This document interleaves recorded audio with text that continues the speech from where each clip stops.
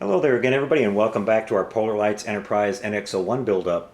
Well, I'm getting so close to the end here I can almost taste it, and I'm getting really excited about it. I can't wait to get this thing mounted on the stand and get it where it's safe and I don't tip it over or anything like that. If you guys remember, on my last video I showed you I was going to do some lighting on this base here, and I've got the LED tape installed on that. What I did to it is I masked off this entire edge here, and then painted this whole entire thing with some black light blocking paint, and then I came back and sprayed over that with some silver, and hoping that what I would get was, when I pulled my tape here and painted that light coat of silver on there, that I would get enough, it would be transparent enough where the light would come through it, but it turns out that the plastic is just too thick, and you can see some light coming through there, but it just looks like little blue blotches, and it doesn't look nice and clear.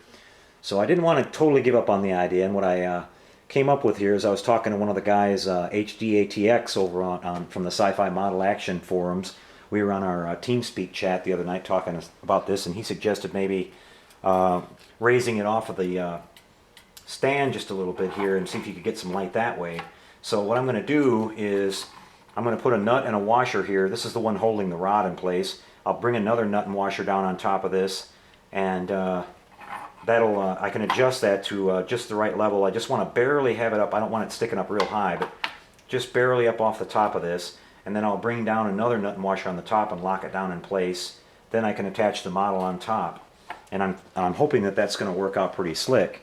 I won't get as nice of a sharp, crystal clear line around it as I was hoping, but it'll still get a nice blue effect coming out. And from looking at it from above, you'll still see the silhouette of the ship there from the base. So what I'm going to be doing right now is I'm going to be working on, I've got to take the base now, the wood part, turn it over, and I've got to take my grinder and grind some trenches into it to run my wiring, and I've got to finish drilling that little hole that you can see there in the front to mount the switch.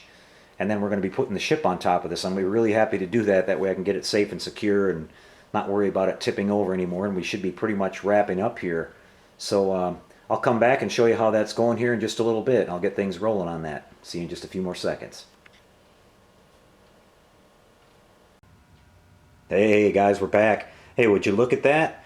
It's all sitting on the stand now. We had some success here. I'm really glad that everything went okay. You can see that I've got that little Enterprise shape down there kind of floating a little bit above the surface. I used a lock washer here on top and a flat washer on the bottom and just adjusted it until I got it where I liked it. And it's up high enough, just enough where it'll let the light leak out of there from in the underneath and give that blue effect. It's not as sharp and as crisp as I was hoping when I was thinking of this idea, just have the edges lit, but I'm still getting what I was, basically what I wanted. I'll turn that on for you in a second. But just another look around the model here real quick. You can see everything's done. I just added this little paint detail on both sides here that I didn't notice until just a few minutes ago. So I just finished that up. And everything else is completely done on this thing now. I think I've got all the light leaks taken care of. We'll turn out the lights here in a little bit and have a look around and see if I missed anything. But I'm really, really happy with it overall. And just like I said, when I built this, I spent a little extra time on getting the engines on nice and straight and made that little jig, so when I glued them I let them dry overnight, and so they were nice and solid to work with and they weren't moving around. And then when I connected the rear half to the front, I also made sure I had this on a really flat surface and clamped it down, so when it dried overnight it stayed that way, and I think it turned out pretty good. It's sitting on the stand nice and straight. Let's turn the power on now. And you can see we were getting a really cool effect with that blue coming up from underneath of that. You can see the individual bulbs on the camera here, but they're not showing up like that in person. This camera really overexposes the blue lights, especially here on the nacelles and that effect down there. But I'm completely happy with it. I didn't want to drill any holes in the side of there. Like I said, I just don't think I could have got those to come out very clean without some kind of guide or something. So. But it really, I think it adds something to the model, and the base is not so plain. One of the things I might do later is I could maybe take this back apart and put some kind of diffusion underneath of that too, and that might help tone that down a little bit so it didn't look quite that way on the camera. But I don't think it looks bad. I think it looks kind of cool that way. You can see we've got all of our lights coming through really good, and everything is blinking and flicking and twirling and all the stuff it's supposed to do, so I'm really pleased with that.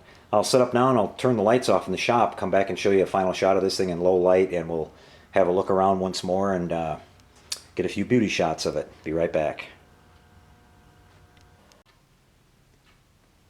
Well, who was that said that on that old Star Trek episode, The Naked Time? I think it was Ensign Kevin Riley. One more time. Well, guys, I know I'm probably doing this too much, but I wanted to show you this thing once more in the low light here with everything working and mounted on the stand. Now you can see that our lighting looks pretty nice on that. The lights look like they're segmented there a little bit, but in person I'm getting a nice even blue glow out of that. The camera plays tricks on you. And here you can see at the front that we've got our fiber optics and our deflector dish coming through, and the lighting there on the bottom. The lighting from the base is actually helping light up the saucer a little bit too, where you can see some more of the details and everything in it. The little panels and the Aztecs and the details on there, so I like that.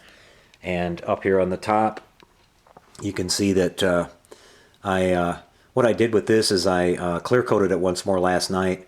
I was trying to make sure I didn't have any of that texture or anything on there, and get it as smooth as I could. There's no way to make it look as smooth as it was with just the paint, but I think it came out all right. You can see when you move around here, you can see the kind of the shimmering effect on it, and the Aztecs change color a little bit as the light hits them, and so I really like how that turned out. And I'm still kind of amazed too at the LED strip light, that just adding that on the top like that lit up the top and the bottom of this, and the side windows nice and bright, so I'm really happy with how that worked out. And over here we can see at the back, you can see our little tower there and our little windows. I added the crystal clear in there, and those are coming through nice and bright now.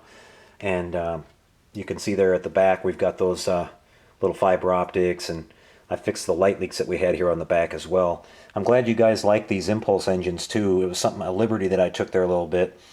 They're supposed to be blue. I went back and looked at the film, but I like the orange effect. It kind of looks like there's some power going on in there, and the hot spot in the middle looks kind of realistic, I think. And we've got our little strobes and navigation lights working all over it, and that worked out pretty good. So just really happy with it. Again, like I said, I just wanted to say here in closing that I really appreciate the comments that you guys made all through the video build series on this, the positive support. It really helped me, it helps keep me motivated, and it's been that way since the very beginning when I started doing these YouTube videos, that being part of this community has just been a lot of fun.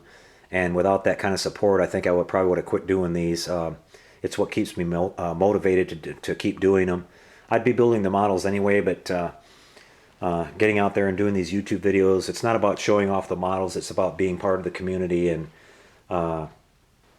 just taking part of that, and seeing what I can learn and anything I can pass on to other people.